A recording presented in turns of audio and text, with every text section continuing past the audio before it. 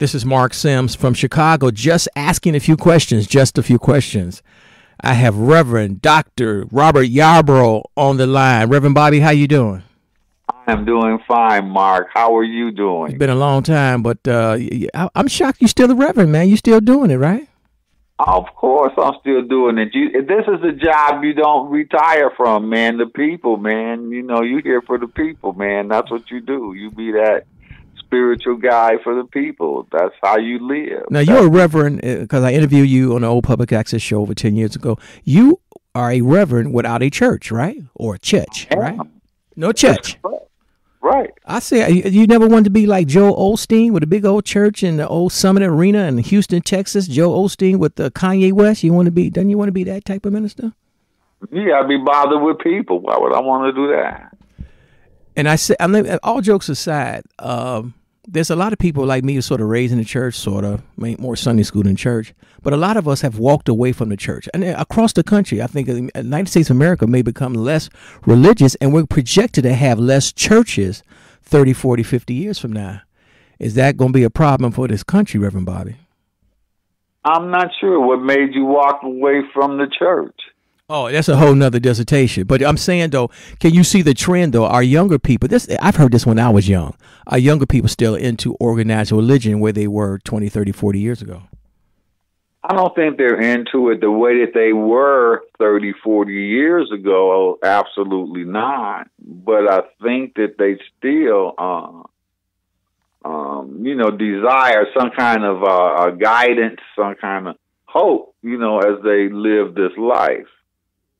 Well, you see, because I've heard, I don't know if it's just the black church or all churches here in the United States, with the demographic shifts, they're projected to be going and closing down as in the next 20, 30 years, maybe 40 years. Okay, I've never seen the black church come to a complete stop because it's where black people get their spiritual food, but not all black people. It's not all or nothing. Yeah. I'm just saying black people as a inclusive statement.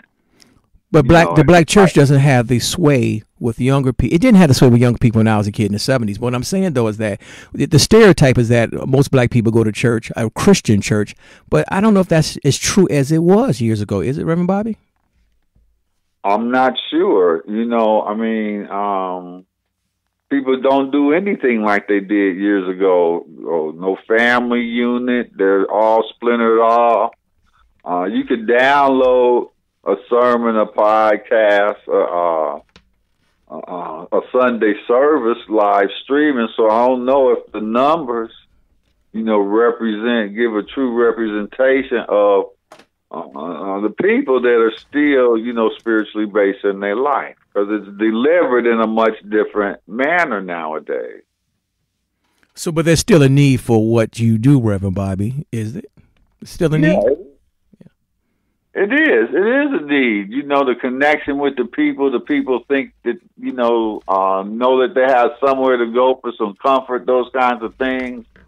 As I do more and more, homegoing services for, my friends and the families I grew up with. It's a very much a part of the black community and our black experience that hey, it's a part of our heritage and who we are, definitely. Yeah, it won't totally go away, of course, but does the black church or any church, religion in general in the United States, you could just talk about the black church, does it have the sway, the power, the influence as it did 20, 30, 40, 50 years ago? Well, I don't think it has the sway, the power, the influence per se, the way that it's delivered and been, over a period of time where people just go along with certain things. You see a lot of the abuses that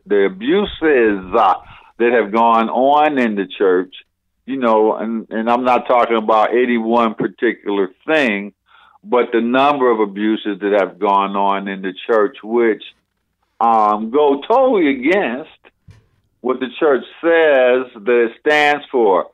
And the younger people, millennials, those kind, they're they're the type, if you lie to them once or if they catch you in some stuff, they're going to be, unplugged, not bothered by it, and go ahead and live their life because of the way their life is structured. They could still, have a good life, make money, those kinds of things without having any religious or spiritual connection per se. Per se. Yeah, because my thing is that I have an appreciation. I used to have a hard disdain for organized religion, but as I get older and wiser, I have appreciation for it. But I understand its limitations. But the thing about it is, like I was saying, I grew up in the 70s, born in the 60s, raised in the 70s. A lot of folks walked away from the church or walked away from organized religion, but didn't replace it with anything. Do you think that's a cause of some of the drama we see in certain neighborhoods? It could be, because if you don't have anything to ground you in life, bigger than you and your feelings, quote unquote, that people so have to live in these days, you just kind of go berserk. Everybody's so soft these days, man. No discipline. They don't believe in nothing. Everybody got to feel good. Life isn't about feeling good and fairness and all that stuff all the time. It's a reality out here that I think most people can't face.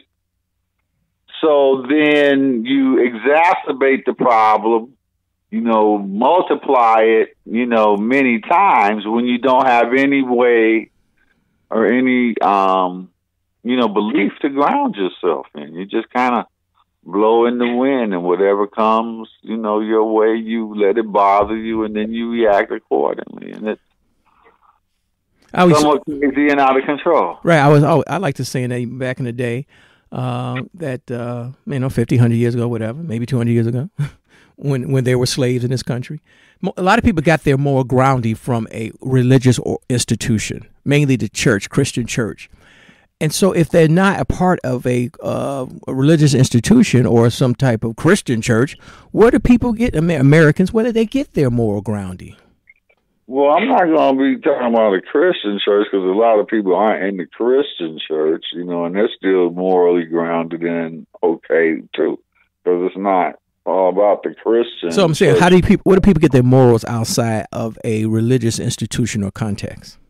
I don't think that they get any. If maybe from family, but a lot of times you reap what the family has experienced. I just finished a book from a friend of mine. She was sexually abused as a kid, as a child, and all that kind of stuff. So, I think the morals and the things that are set for you outside of the religious community or the spiritual community comes from home, the people family, that type of thing. How you growing up, the conditions of the neighborhood,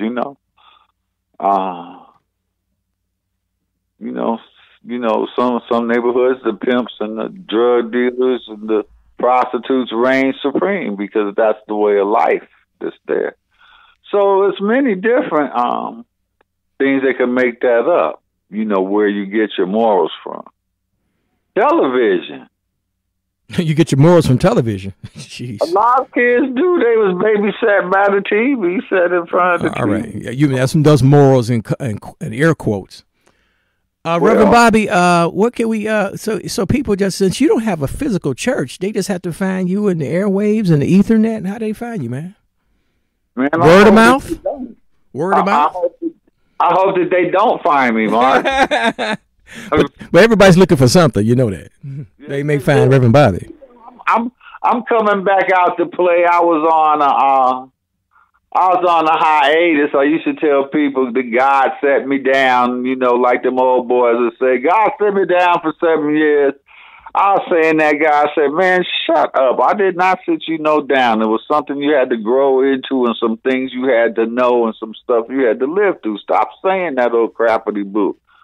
So I started saying it. But it's been Hey, man, they can find me. They can find me. They can contact me through your podcast.